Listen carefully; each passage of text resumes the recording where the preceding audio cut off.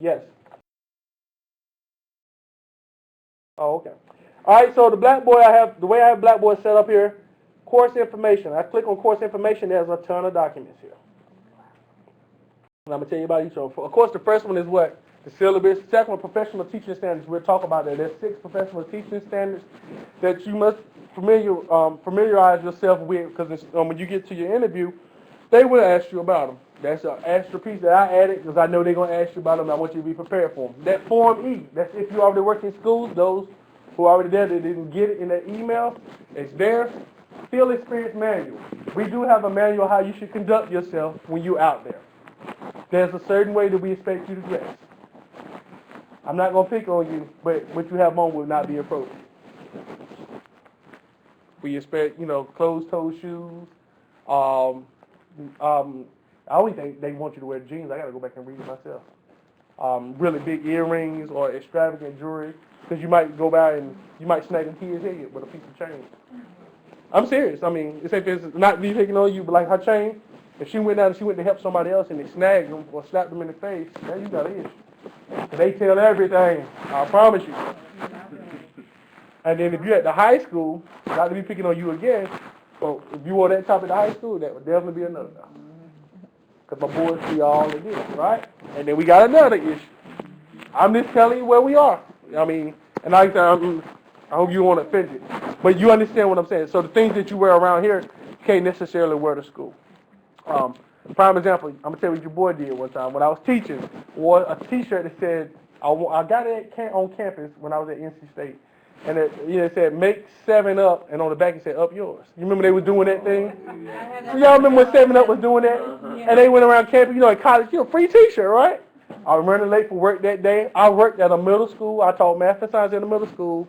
I think I got a flat tire that day too. I just came in. I got the first thing I could put on, got to work, and of course all the other teachers, senior teachers, were like, and I'm thinking I ain't think nothing of it. It's a 7 Up T-shirt. This little 7 Up thing on the side with the little man sticking his tongue out. The little thing they used to have. And my principal calls me in the office and say, I need to see you in my office today. Oh, okay. I showed up in the office, and he just smiling like, he said, you know what you got on? I said, oh yeah, 7 Up T-shirt. And I didn't really think nothing of it. And this is how, sometimes I was, 21, 23, so, you ain't thinking, you just kind of do it. Well, yes, y'all right. So you're just doing your thing, and I didn't realize that what I had, number one, was inappropriate to them, because I wasn't thinking that way. I was thinking, clean, got to get to work. So sometimes you got to really, I'm not one of those ones who want to lay out all these clothes the night before and all that. It's never been my speed, because I ain't got past that stage. So be careful what you wear. Be mindful. So if I go into observation that day, that you review the handbook and we'll talk about some of those things. Field experience letter. If you have to need a letter to go, some of the schools still require that when you get it, you got a letter. I got your form letter up here already. All you do is print it out, take it. It explains everything. And I signed it and said, well, this person's coming here as part of their class. We asked that they have this kind of experience. Some of them will ask for it, some of them won't. Most of them, the school that you're assigned to, for the most part, they know you're coming. But some of them just kind of, that's how they want things. That's what they got. That's what they want. So you have it. Yes. Do we go to if they assign us to a teacher, we go to the same teacher, or should we? No, you would go to the same teacher every day if they assign you a teacher. Unless there's an issue and that's something you need to work out sooner than later. If you have an issue with whoever you're working with, that's something you need to work out sooner than later, and let the appropriate administrator know, meaning Miss Leaks, and then we try to get you replaced. Because the worst thing what you don't want to happen is you don't say nothing, and it gets to that point. Now they give you a bad evaluation, you pissed, they're not happy with the school, you're not happy with the school, nor them, nor me, and then we got another issue. So let's avoid all that. If you feel already that we're gonna be ruffling feathers or whatever the case may be, let's go ahead and fix that sooner than later. Okay? All right. No, you wouldn't come to me. I would like for you to just make me aware of it, but I ain't gonna be able to do the changes. You have to talk with Miss Leaks. All right.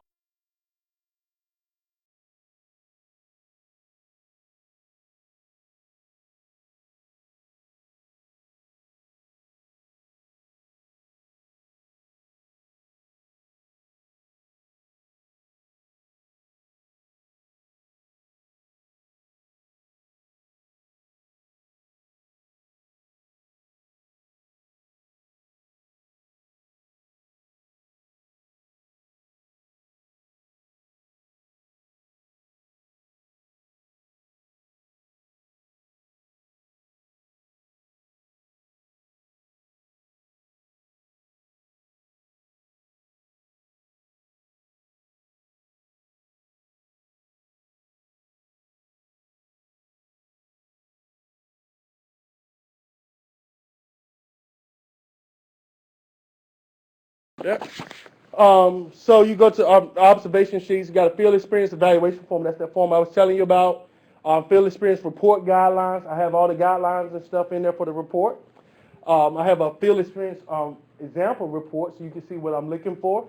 I also have, when it comes to writing the field experience, I also have the rubric in there. What I suggest is you write your paper and you go back and you grade your paper according to the rubric. You your own worst critic. So you know what you missed and what you didn't miss in there. Then I have a reflection rubric and I have the article critique rubric. So I try to be very thorough with that so you know exactly where I stand. So whether it be any confusion on where we are. Then you have the teacher interview assignment. There's the teacher interview assignment questions are in there. In this class, we use APA. You know, there are other styles. There's Turabian, and then you have Chicago style, but we use APA in education. Stands for American Psychological Association. If you need to know how to use APA, you can click on that website there. I think it takes you to Purdue OWL, and it help you out if you have some problems there. And now most of the word processors have stuff in them they already do it. NC licensure, remember I was talking about their quiz. This is the website you're going to go when I tell you it's time to take their quiz. Go read it, and then you're going to take the quiz. I think it's like 5 or 6 questions. Just need you to know the basic things about the licensure. Because one of the things, you know, and I always tell people, you got to remember, Fayetteville State does not give you your license. We recommend you for your license. The state of North Carolina gives you your license. Kind of like driver's ed. Remember how you go to driver's ed, they give you that little sheet? That little sheet that says, we recommend you to be able to take the test or to get your license, but actually who gives it to you? The people at the DMV that work for the state of North Carolina. Same thing. At the end of the day, when you graduate, you walk across the stage and you fill out your application to get your license, we turn in a little form for you with your check, and then they the one actually sending your license directly to your home. All right? But you'll find out about that. Okay, so all right, so we have other things here. We got course documents. So in the course documents, you'll find I have the stuff just like we had in our lectures on the syllabus, and you'll find out that each week in there I have. Whoops, not in that one because I ain't got it yet. I have the PowerPoint presentation in there, so you can go in there and you can look at that the PowerPoints that I will be going through in the class. And that's for all of them. If you just go all the way through all of them like that. Okay, assignments, which is important to you. So remember I told you the Play-Doh profile sheet, you actually turn that into me. Reading across the curriculum. So you see here, the first is the quick write. I have the document right there. You just click on that PDF. You can look at this from most mobile devices. If you have an iPhone or any kind of Android phone, you probably can pretty much read it from there if that's your thing. I try to make it so they can use it on multiple platforms. And all you would do here is, when you're ready to get into the assignment, you always click on this part. And when it does, it opens up to a new window here, and it actually gives you more instructions of it, the possible points that's going to come out. And then you can submit it right here if you want to write it there. Like I said, this is a full Word process, just like in Microsoft Word. Don't have an issue with that. It's a little bit, the reason I like you to do it as an attachment is because you have a copy of it, then I have the copy of it. So if something happens, stuff do happen every now and then, especially now we got a new system. You know, there might be a quirk or two. The way you would do that is just go down here, browse my computer, and find your file just like you would do attachment. And then once you put it up there, then you would just scroll all the way down and submit the assignment there. When you go to My Grades, there's a part in here called My Grades. You can see all the material in your grading assignments.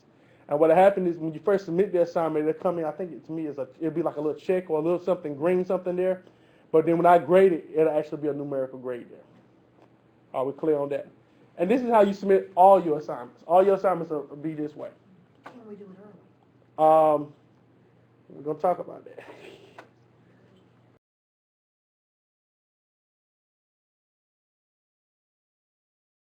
All right, and this is like for everything else, like you said, you see them all. All right, so now we get down to the quizzes. So you can read all your stuff and go forward. However, the quizzes and stuff is going to follow what I'm doing in class.